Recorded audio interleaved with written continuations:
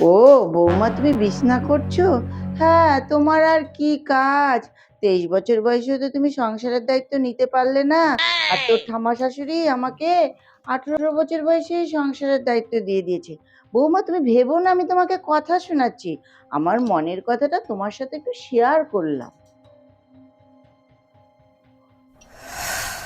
ও বৌমা, না না, তোমার উঠতে হবে না।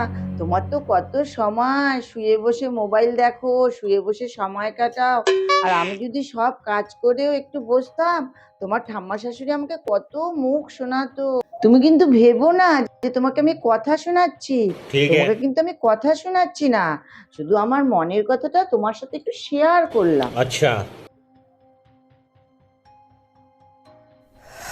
জানো তো, তোমার তো কোনো কাজও করতে হয় না, তোমাকে কাজের জন্য আমি কিছু বলিও না।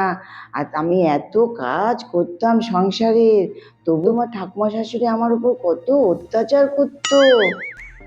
কি বলছো মা তুমি এসব? যা তা, আমি তো ছোট থেকে ঠাকুমাকে এই বাড়িতে দেখিনি। ঠাকুমা তো পিসি বাড়িতে থাকতো। তুই কোথা থেকে জানবি? তুই তো তখন ছোট ছিলি। না গো বৌমা, ও কিচ্ছু জানে না, ও তো তখন ছোট ছিল। না, তোমরা দুজনে গল্প করো, আমি যাই।